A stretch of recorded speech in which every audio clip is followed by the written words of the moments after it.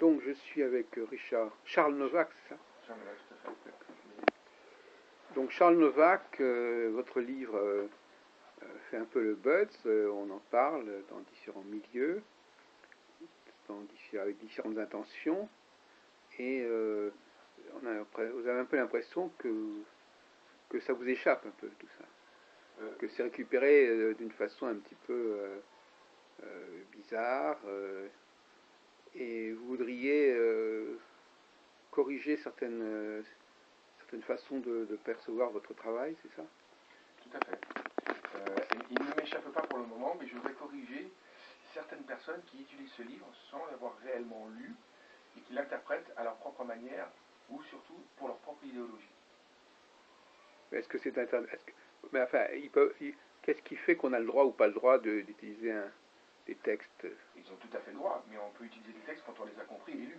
Et je pense que j'ai vu l'intervention de certaines personnes qui se situent dans différents extrêmes, avoir lu ce livre en diagonale sans réellement le comprendre et même peut-être même pas du tout l'avoir lu et juste avoir lu la quatrième de couverture. Alors la quatrième de couverture, elle vous paraît qu'elle est un peu provocatrice ou elle porte à confusion? Alors elle provocatrice, je ne sais pas si je dirais provocatrice, elle peut peut-être porter à confusion. En tout cas, elle suscite un intérêt indéniable, puisque j'en veux pour preuve que j'ai appris que dans certains grands magasins français, ce livre est acheté justement par beaucoup de théoriciens du complot. Et vous ne pensez pas que ça alimente, que votre ouvrage alimente cette direction de pensée? Alors justement, paradoxalement, pas du tout.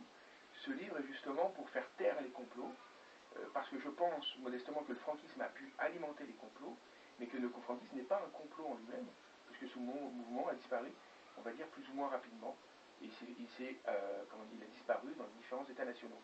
En revanche, parler des franquistes, justement, c'est peut-être une manière de contrecarrer tous les théoriciens des complots des Illuminati, des Juifs, complots judo-maçonniques, etc. En gros, de faire une base solide, parce que c'est vrai que le franquisme peut provoquer l'idée d'un complot, c'est indéniable, après tout, ce sont des gens qui changent de religion et qui se cachent, et que si ce n'est pas repris par moi, ça peut être repris par n'importe qui, donc autant faire une étude hystérique qui le mérite, puisque à ce jour, il n'y avait aucun chercheur réel sur ce sujet, en France notamment, et que donc par conséquent ce livre s'inscrit non pas pour parler d'un complot qui domine le monde, mais justement de faire table rase de toutes les théories du complot qui jalonnent aujourd'hui l'histoire de France et l'histoire de l'Europe.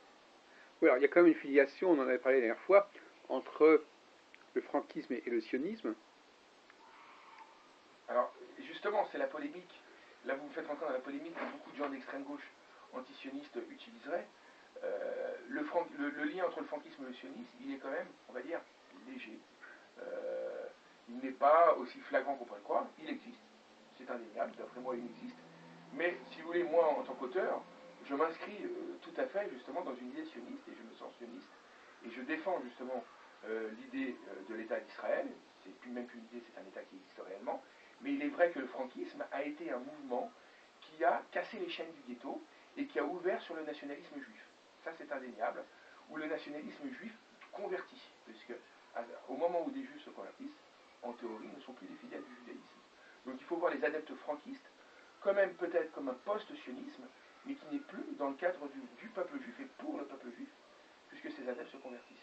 Il y a un paradoxe extraordinaire, c'est que au moment même où le sionisme se développe, il se développe aussi cette théorie du complot. Or, le sionisme, c'est justement, quelque part, de faire se rassembler les juifs dans un lieu précis, donc de leur enlever cette dimension diasporique. Donc comment expliquer cette concomitance d'une revendication nationale et territoriale, d'une certaine manière, qui voudrait justement mettre fin à cette dispersion et donc cette omniprésence juive dans le monde, et le fait que précisément, c'est à ce moment-là que se développent notamment les protocoles de Sage de Sion, etc. Comment expliquer que le sionisme ait provoqué des effets exactement inverses de ceux qu'il entendait produire? Puisque finalement, le congrès de Bâle, qui était un congrès sioniste, c'est aussi un congrès qui donne l'impression d'un judaïsme extrêmement divers, où les juifs se réunissent pour justement comploter. Donc on a l'impression que le congrès de Bâle a été instrumentalisé dans un sens complètement différent de son objectif premier.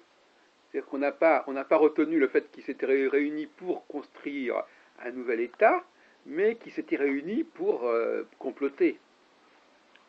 Et il y a une grande ambiguïté de l'événement même du Congrès. Le Congrès est-il... les Juifs se sont réunis et se sont-ils réunis pour continuer à dominer le monde, ou est-ce qu'ils se sont réunis pour cesser d'être dans le monde et pour se retrouver cantonnés dans un espace quel qu'il soit d'ailleurs? Il est évident que déjà c'est le deuxième cas, puisque dans le premier cas, effectivement, les Juifs ne dominent pas le monde, mais c'est évident que c'était dans le deuxième cas, que tous ces Juifs d'ailleurs, c'est comme fabuleux, que les congrès ont mené des Juifs de plusieurs pays différents, de la France à la Pologne, en passant par la Tchécoslovaquie, ou pardon, l'Empire d'Autriche-Hongrie, avec mes excuses. Donc quand même, il est quand même, à la rigueur, ce congrès, il faut le plus le voir d'un côté positif, puisqu'il réunit des gens de différentes nationalités, mais avec une religion commune. Et c'est ce qui est finalement fait, en quelque sorte, la spécificité et la beauté du peuple juif. Il a quand même inspiré l'idée que des Juifs pouvaient se réunir pour discuter de l'avenir du judaïsme et de l'avenir du monde. Mais je pense qu'il faut voir ça sous un autre angle. Je pense que l'antisémitisme est une constante, en fait, est une constante historique. C'est-à-dire que si Marx disait que le peuple juif est un peuple anti-historique, en revanche, c'est ce qui est historique, c'est son antisémitisme. Et je pense qu'à partir du moment où on parle du premier peuple monothéiste au monde, excepté peut-être, on peut dire, avant les Égyptiens, on peut évidemment, ça crée son contraire. C'est-à-dire que l'idée d'une élection quelconque d'un peuple choisi pour transmettre la Torah au monde par le biais de son peuple, forcément crée sa négation. Et donc, dans ce cadre-là, l'antisémitisme est une constante. Donc, il est évident que s'il y a une idée sioniste, vous allez forcément avoir des antisionistes qui vont parler de complot. Si vous avez des juifs qui veulent être libéraux, vous allez forcément avoir des antisémites qui vont dire qu'il faut que les juifs restent dans des ghettos, etc. etc. Et aujourd'hui, l'antisionisme moderne est évident que c'est une constante de l'antisémitisme qui s'est transformé d'État à État ou d'une minorité contre un État. Mais le problème, c'est que aussi le sionisme, lui, au fond, le sionisme de Herzl, n'impliquait pas forcément que tous les juifs partiraient dans un pays donné. Il s'était plutôt réservé à accueillir certains juifs, certaines communautés qui avaient des problèmes, mais je ne pense pas que c'était la suppression de la diaspora, en fait, quelque part, le sionisme herzlien. Bien sûr, surtout pour aussi moi, comme je vous disais, c'est un moment Herzl était anti-talmudique convaincu et voulait que les Juifs se convertissent au catholicisme, d'où son lien très certain. On pourrait presque dire que l'existence d'un État juif était une façon de gérer la diaspora. C'est-à-dire que là où la diaspora était en crise, eh bien, on renvoyait les Juifs vers ce refuge, cet asile. Donc c'était plutôt une sorte de soupape de sécurité pour que les Juifs, justement, dans le monde, quand ils sont confrontés à des problèmes, vous savez qu'une des analyses que Herzl fait de l'antisémitisme, c'est de dire que l'antisémitisme naît du mouvement des diasporas les unes par rapport aux autres. Quand il y a des Juifs qui viennent d'un pays X vers un pays Y, ils génèrent de l'antisémitisme. Et pour éviter cela, eh bien, on va les envoyer justement dans un territoire. Oui, alors c'est toujours aussi le même phénomène, si vous voulez. La solution, il appelle ça. La solution. Mais en même temps, c'est aussi le même phénomène. La dichotomie qui finalement existait depuis pendant la Shoah et pendant la Deuxième Guerre mondiale, à savoir les Juifs nationaux et les Juifs étrangers.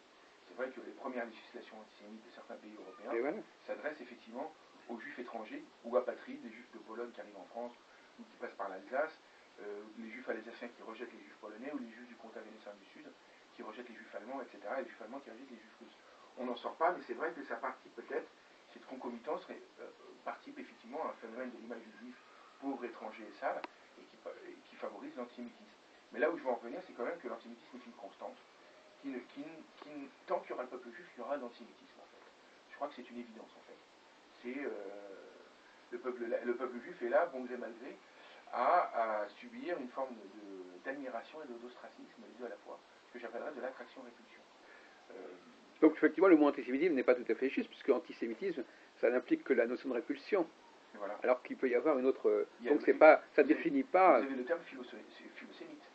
Vous avez le philosémitisme, qui pour moi, le philosémitisme est tout à fait à l'opposé, il ressemble à l'antisémitisme, puisque finalement, on ne doit ni aimer ni détester un peuple, on doit prendre un peuple comme un... Mais est-ce qu'on ne pourrait pas se situer plutôt dans une phase, dans une perspective cyclique, c'est-à-dire qu'il y a des périodes où c'est plutôt, les Juifs sont plutôt rejetés, et d'autres périodes où ils sont plutôt repris. Et juste dire, on ne peut pas reprendre si on n'a pas rejeté. Donc quelque part, c'est les deux faces d'une même médaille.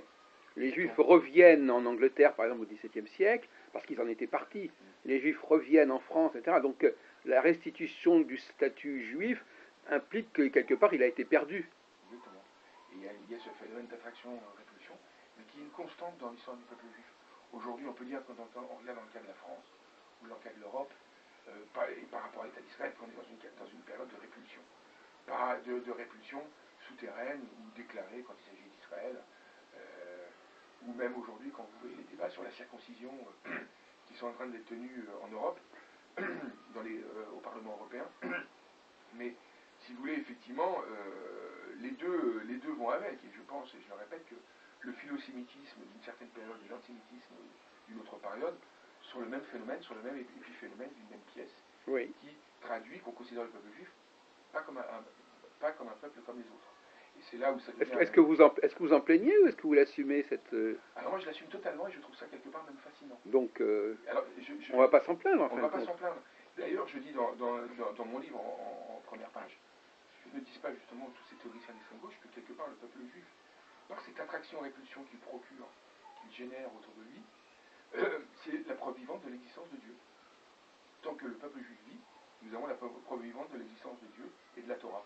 Et quelque part, c'est un témoignage indélébile du monothéisme, qui continuera et qui perdurera.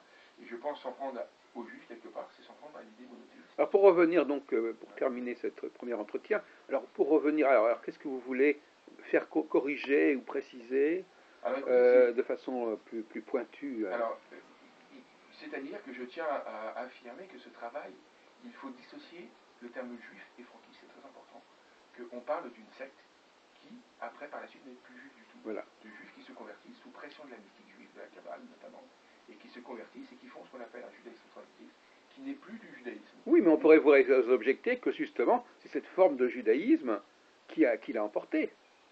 Alors, non, parce qu'il était minoritaire. Non, mais je veux dire qu'on pourrait aussi se demander si le judaïsme n'a pas évolué dans un certain sens. Il peut l'emporter, mais après, il n'y a pas une idée de domination et de complot. C'est-à-dire que s'il y avait complot, je vais vous dire, le complot, il est très simple à imaginer, c'est un complot mystique. C'est-à-dire qu'effectivement, on peut imaginer des groupes qui s'associent à un moment dans l'histoire parce qu'ils partagent la même mystique et le désir de liberté. En d'autres termes, il y a des gens qui se retrouvent, qui ne sont pas forcément que des juifs, ça peut être des chrétiens, des musulmans, qui se retrouvent à un moment pour développer, favoriser la liberté de l'homme. Et là, effectivement, il y a un complot. Mais ce n'est pas un complot de manipuler les gens vers le mauvais sens, vers le diable ou quoi que ce soit. C'est au contraire pour améliorer l'humanité. En ce qui concerne les franquistes, c'est autre chose. C'est-à-dire que, effectivement, les franquistes, c'est un groupe de 10 000 à 20 000 juifs qui a eu beaucoup de descendants dans l'aristocratie, qui ne sont plus du tout juifs dans leurs descendants, qui sont même pour même des relents antisémites. Donc, on ne peut pas associer ce livre à l'histoire du peuple juif. C'est une période du peuple juif où certains de ces enfants ont quitté délibérément et volontairement le judaïsme et le peuple juif, et qui est tout à fait comparable finalement aux premiers chrétiens, qui après tout sont tous juifs. Donc c'est le même phénomène, et mon livre s'inscrivait pour faire un parallèle avec les premiers chrétiens d'origine juive. Donc vous avez été un peu piégé, quand même, vous avez voulu à la fois montrer que l'évangile était important, et en montrant qu'il est important, vous lui avez donné peut-être trop d'importance finalement. C'est possible, mais je considère que ce mouvement a été très important dans l'histoire, parce que c'est une évolution considérable de la mentalité, et dans le judaïsme, et dans le christianisme, et dans l'Europe.